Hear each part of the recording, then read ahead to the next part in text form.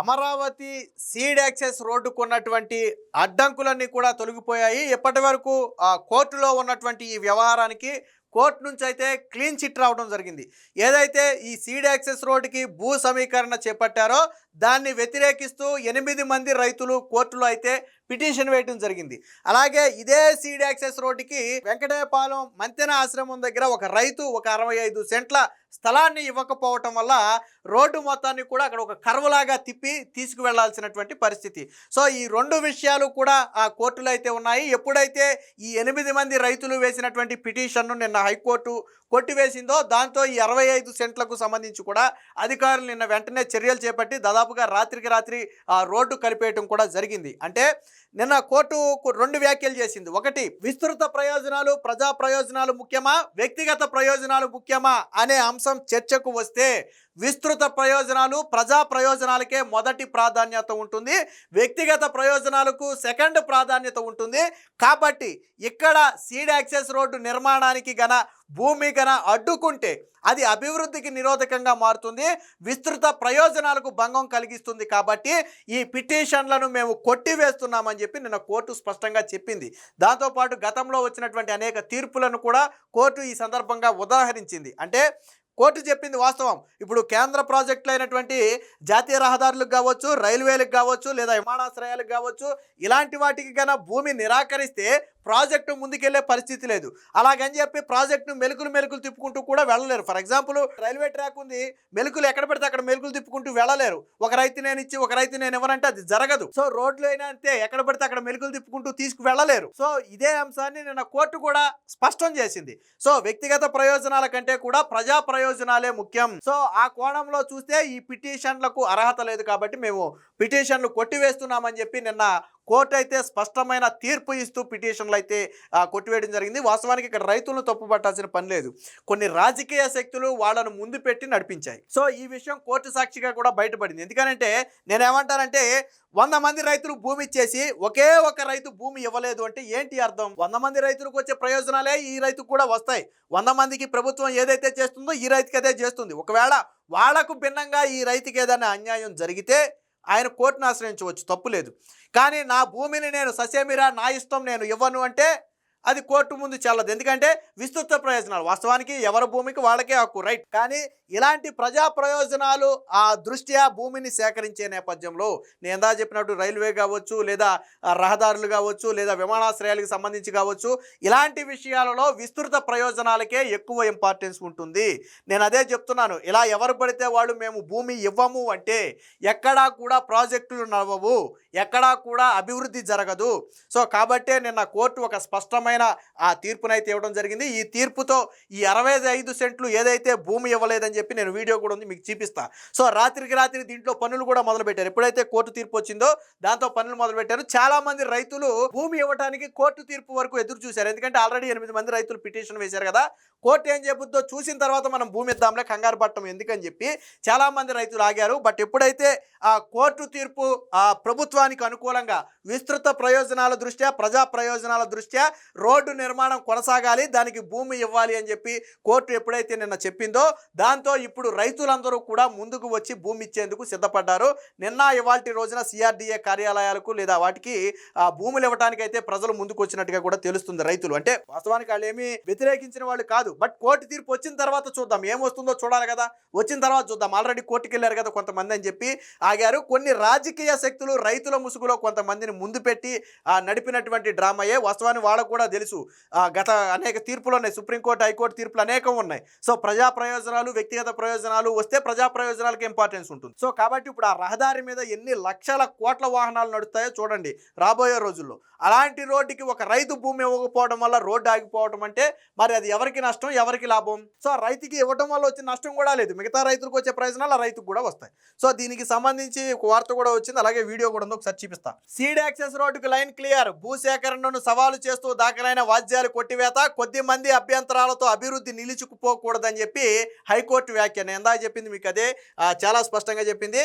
So రాజధాని అమరావతిలో seed access road నిర్మాణానికి అడ్డంకులు తొలగిపోయాయి. రోడ్డు నిర్మాణానికి అవసరమైన భూమిని సేకరించేందుకు ప్రభుత్వం ఇచ్చిన నోటిఫికేషన్ను సవాల్ చేస్తూ దాఖలైన 2 వేరు వాద్యాలను హైకోర్టు కొట్టివేసింది. ఇప్పటికే మెజారిటీ రైతులు స్వచ్ఛందంగా తమ భూములు ఇచ్చారని, రోడ్డు నిర్మాణం సైతం చాలా వరకు పూర్తయిందని గుర్తు చేసింది.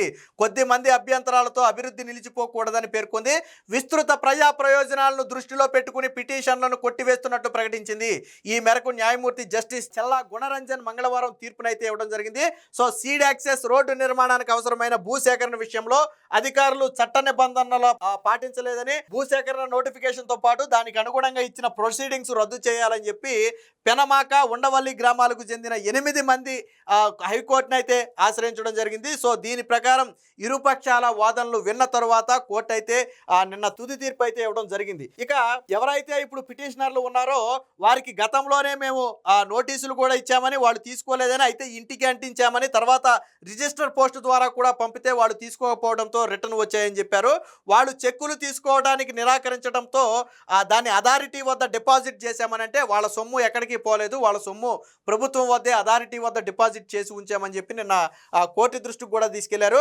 రోడ్డు నిర్మాణానికి అవసరమైన మెజారిటీ భూమిని స్వాధీనం చేసుకుని పనులు ప్రారంభించామని తెలిపారు.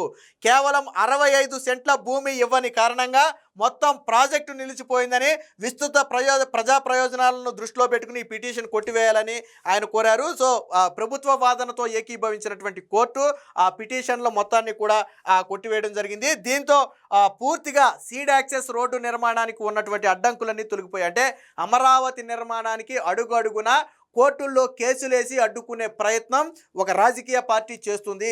సో ఇక్కడ కూడా రైతులు స్వచ్ఛందంగా కోర్టుకు వెళ్ళలేదు.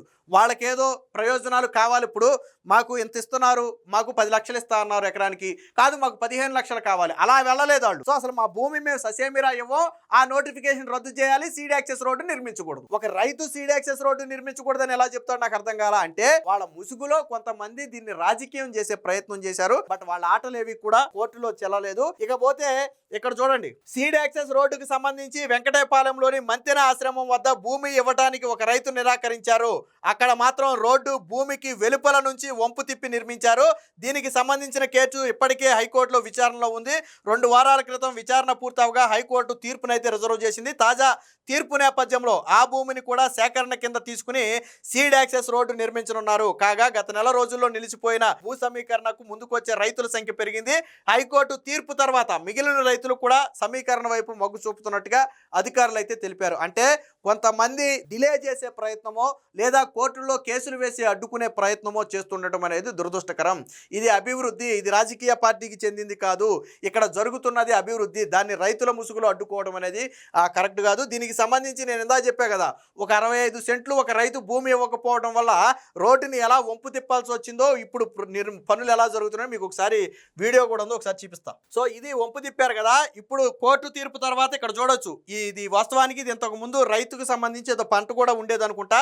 ఇప్పుడు దీని మొత్తాన్ని కూడా అధికారులు సదును చేస్తున్నారు. ఎప్పుడైతే కోర్టు తీర్పు వచ్చిందో నైట్కి నైట్ దీని మొత్తాన్ని సదును చేస్తున్నారు. చూడండి వంకరగా ఉంది, మీకు లాంగ్ షాట్కి వెళ్ళినప్పుడు మీకు వీడియో క్లారిటీ కనపడుతుంది, ఒకసారి చూడండి. సో రోడ్డు చూడండి ఎలా వచ్చి వంకరగా వచ్చిందో చూడండి. ఇలా స్ట్రైట్గా వచ్చి ఇక్కడ బెండ్ తిరిగింది రోడ్డు, కనపడుతుందా మీకు ఇక్కడ బెండ్ ఎలా తిరిగిందో? సో వాస్తవాన్ని దీన్ని ఇలా స్ట్రైట్గా కలపాలి రోడ్డుని. ఇది ఆల్రెడీ ఇక్కడ వరకు చేసి వదిలేశారు, ఇక్కడ వరకు చేసి వదిలేశారు. ఇక్కడ చూడొచ్చు మీకు, ఇదిగో ఇది కూడా రోడ్డే. ఈ ఏదైతే రెడ్ కలర్లో ఉంది ఇది కూడా రోడ్డే. సో ఇక్కడ కేవలం ఈ ముక్క రైతు ఇవ్వకపోవటం వల్ల ఇలా కలపాల్సిన రోడ్డు ఆగిపోయి ఇలా వంకర తిరిగింది. అంటే ప్రస్తుతానికి ఇబ్బంది కలగొద్దని వంకర తిప్పారు. కానీ ఇప్పుడు దీన్ని మొత్తాన్ని కూడా సదును చేసి స్ట్రైట్గా కలిపేయటంకి ఈ వంకర తీసేస్తారు. తీసేసి దీన్ని స్ట్రైట్గా ఇలా కలిపేస్తారు. అంటే ఒక రైతు భూమి ఇవ్వకపోవటం వల్ల రోడ్డుని ఎంత వంపు తిప్పేయాల్సి వచ్చింది, దీనికి ఎంత ఖర్చు అయి ఉంటుంది, మళ్ళీ దీన్ని ఇప్పుడు పోర్చడానికి ఈ పనులు చేయడానికి ఎంత సమయం వృధా అవుతుంది. సో ఇవన్నీ కూడా ఏంటంటే మనం చేసే పనుల వల్ల అటు డిలే అవ్వటమే కాకుండా ఆర్థిక నష్టం కూడా జరుగుతుంది. సో దాన్ని వాళ్ళు గ్రహించట్లా. ఇక్కడ ఎందుకు వంపు తిప్పేసేలాగా, ఎందుకు వంపు తిప్పేయాల్సి వచ్చిందంటే ఈ రైతు ఇవ్వకపోవడం వల్ల, లేకపోతే ఇలా స్ట్రైట్కి కలపాలి దీన్ని. సో ఇది మొత్తంగా సీడ్ యాక్సెస్కి హైకోర్టులో అడ్డంకులు అయితే తొలగిపోవడంతో సీడ్ యాక్సెస్ రోడ్డు ప్రారంభానికి ముందే హైకోర్టులో తీర్పు కూడా రావడం అనేది ఒక శుభ పరిణామం. దీనికి సంబంధించి ముఖ్యమంత్రి చంద్రబాబు గారి చేతుల మీదుగా ఈ రోడ్డు రేపు సీడ్ యాక్సెస్ రోడ్డు కూడా ప్రారంభోత్సవానికి అయితే రోజుకుంది. ఇక సీడ్ యాక్సెస్ రోడ్డు మీద రైమంటూ వాహనాలు పరుగులు తీసే సమయం అయితే దగ్గర పడింది. జరిగింది. దీనికి సంబంధించినటువంటి అన్ని కేసులను కూడా కోర్టు కొట్టివేయడంతో అధికారులు త్వరితగతిన ఈ రోడ్డు పనులు మొత్తం కూడా పూర్తి చేసే పనులు చేస్తున్నారు. ఇది వాస్తవానికి ఇది నైట్ తీసినటువంటి వీడియో. అంటే నిన్న కోర్టు తీర్పు వచ్చిన వెంటనే అధికారులు ఈ 65 సెంట్లు అనుకున్నది చెప్పింది ఈ మొక్కే మనం. సో 25 సెంట్లకు సంబంధించి ఎప్పుడైతే కోర్టు తీర్పు వచ్చిందో వెంటనే దీన్ని చదును చేస్తున్నారు.